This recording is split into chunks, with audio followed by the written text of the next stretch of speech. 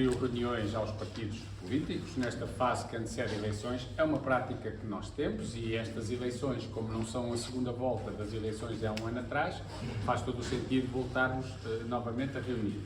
É a terceira reunião que já realizámos, não temos ainda resposta quer do PS, quer do PSD, e às vezes os silêncios acabam por ser até mais significativos do que as recusas, e portanto até agora tem sido silêncio, mas esperamos que ainda haja tempo para realizar a reunião. Evidentemente que as preocupações que aqui trazemos, de há um ano a esta parte, não se alteraram muito. Às vezes há a ideia de que este governo num ano fez muito, mas este governo num ano não fez muito. Tomou medidas que nós achamos importantes e que resultam da luta que as pessoas fizeram, nomeadamente a recuperação do tempo de serviço, mas como se sabe, foi uma recuperação absolutamente insuficiente, que deixou de fora muitos professores e que não resolveu um problema muito importante para os professores, que é o problema das chamadas ultrapassagens, ou seja, professores que na carreira com mais tempo de serviço estão em escalões abaixo de outros com menos tempo de serviço. Temos levado esta questão aos partidos todos, porque isto passa por uma medida que não foi tomada, que é a da contagem integral do tempo de serviço dos professores. Indo às questões da escola pública, porque são para nós questões muito importantes, há aspectos que são as traves mestras, pensamos nós, do que deve ser a futura política para a educação.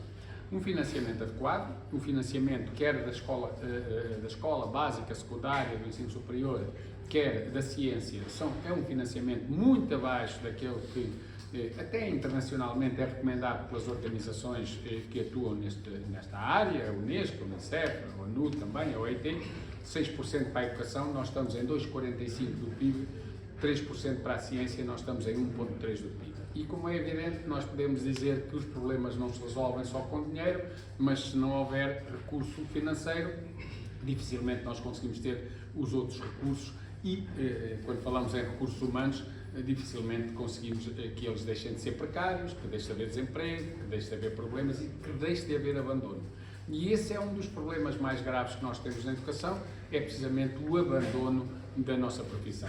Foram mais de 15 mil professores profissionalizados, é preciso que se note, mais de 15 mil professores profissionalizados que nos últimos 5, 6 anos abandonaram o ensino. E abandonaram não só pela questão salarial, também pela questão salarial, não só pela carreira, também pela carreira, mas outras condições de trabalho, a falta de apoio à deslocação de professores, enfim, tudo aquilo que são as dificuldades que um professor enfrenta e, sobretudo, os mais jovens, e 15 mil acabaram por abandonar. Vem o Sr. Ministro dizer hoje, bom, mas nós conseguimos recuperar neste ano cerca de 6 mil professores. Não, eles conseguiram recuperar alguns professores, mas boa parte das pessoas que hoje estão nas escolas ou são, vamos chamar, professores sem habilitação pedagógica, estamos a falar neste caso, professores só com habilitação científica, mas que não têm habilitação pedagógica, e pior do que isso, porque essa é uma questão que é fácil de resolver, desde que o Governo esteja disponível para garantir gratuitamente a profissionalização daqueles que, sem habilitação pedagógica, a queiram ter e queiram seguir a profissão, e sobre isso nós estaremos de acordo que tal aconteça, esta profissionalização, mas o Sr. Ministro está a contar aqui com pessoas que não têm qualquer requisito habilitacional. Está a contar aqui com o que chamam técnicos especializados, que em alguns casos estão a substituir professores de educação especial, a trabalhar com alunos com necessidades específicas, sem qualquer tipo de formação ou conhecimento para esse trabalho que desenvolvem.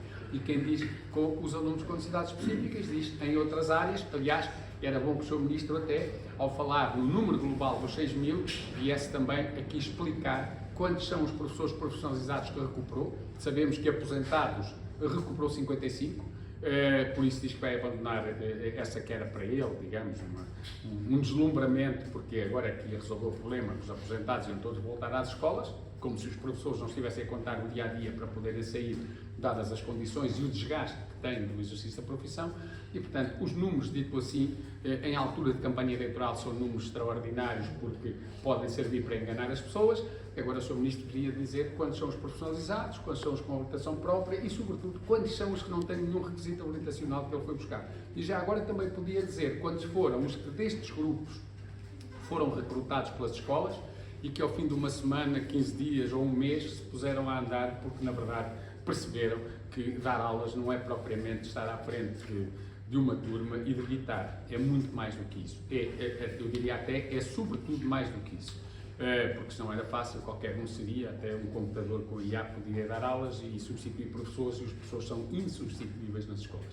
Dizer também que em relação à questão das escolas públicas, o financiamento, como eu já falei, a questão da gestão. A gestão hoje é uma gestão centrada numa pessoa que afasta todos os outros, toda a comunidade, não é só os professores, os estudantes, os funcionários, os pais, da tomada de decisões estratégicas. Portanto, a democratização da gestão é absolutamente fundamental. A reversão do processo de transferência de competências para os municípios.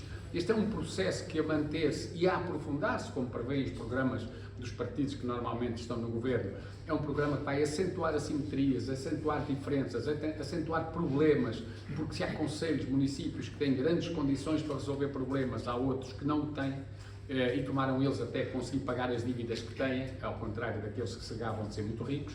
E, portanto, este é um processo que acentua assimetrias e diferenças e, portanto, é um processo que põe em causa até a igualdade de oportunidades que os jovens devem ter no acesso à escola pública e também, e depois dizer que a resolução do problema da falta de professores é fundamental.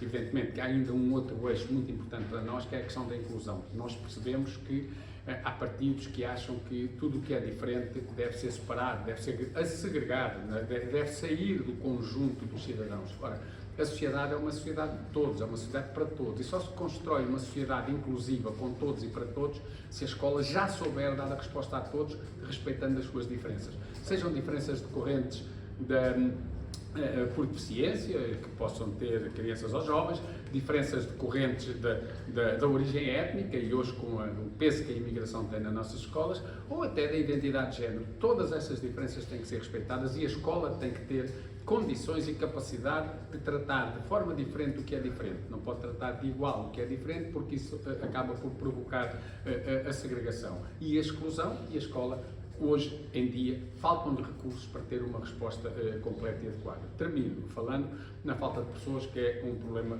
tremendo. O Ministério da Educação pode disfarçar o problema, mas nós sabemos que quando temos um problema e o tentamos disfarçar, normalmente ele agrava-se, não se nota, mas quando se nota já está num nível extremamente complicado. E, portanto, o que o Ministério da Educação tem feito são pequenas medidas para deitar para debaixo do tapete o problema, para que não se note e parecer que as coisas estão a ser resolvidas. Não estão.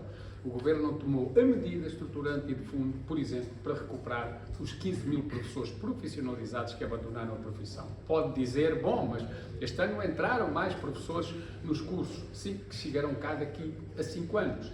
Mas daqui a 5 anos, dos professores atuais, cerca de 20 mil já saíram da profissão. E estamos muito longe, daqui a 5 anos, de ter 20 mil a chegar à profissão. Teremos 1000 e poucos. Hoje estão a chegar à profissão à volta de 600, mas estão a sair para a aposentação cerca de 4.000, fora os que abandonam mais jovens. E, portanto, nada foi feito de estruturante, e o que pode ser feito de estruturante para resolver o problema da falta de professores é valorizar a profissão e que os jovens que saíram, porque a carreira era o que era, as condições de trabalho eram as que são, e tudo isso tem que sentir que alguma coisa mudou, porque se tudo estiver igual ao que o levou ao abandono, obviamente que não volta, não há motivos para que volte, e portanto isso não foi feito. Não foi feito e até nos preocupa, porque olhando para o próprio programa do principal partido de governo, a revisão do Estatuto da Carreira Docente, que é por aí também que deve resolver-se o problema, está prevista para depois de 27. Até uma coisa curiosa, porque o Sr. Ministro ia tentando dar a ideia de que essa era uma prioridade, que até ia ser agora, em 2025, que se resolvia o problema. Afinal, agora olhamos para o programa e é 2027, para além de outros aspectos que, em nossa opinião, nos colocam grandes preocupações, como, por exemplo, uma revisão da Lei de Base do Sistema Educativo, que é uma lei democrática, uma lei defensora da escola pública, como, por exemplo, o Governo, o Ministério da Educação, a tornar-se uma entidade mais do que promotora da escola pública, reguladora do sistema. Quando se fala nesta regulação, nós sabemos o que se quer.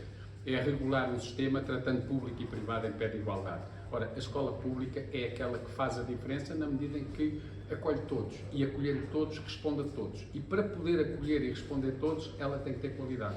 E esta falta de qualidade que eventualmente se pretende, que a escola hoje tem, que se pretende conferir à escola pública, faz parte normalmente dos programas que a direita ou a extrema-direita gostam de levar por diante, mas nós cá estaremos, e estamos a levar isto aos partidos todos com que reunimos, sejam mais à direita ou mais à esquerda, que essas são as nossas posições, são as posições dos pessoas, são as posições que interessam à sociedade e ao povo português. E pronto, e hoje tivemos esta reunião aqui, onde houve uma convergência grande de opiniões sobre a defesa da escola pública, a valorização dos profissionais, e vamos continuar tentando agora os dois partidos maiores do ponto de vista da votação, também tenham disponibilidade para reunir, porque é importante que eles ouçam os elogios de quem os apoia, mas também as críticas de quem tem colocado críticas em medidas que não servem, pensamos nós, a educação em Portugal.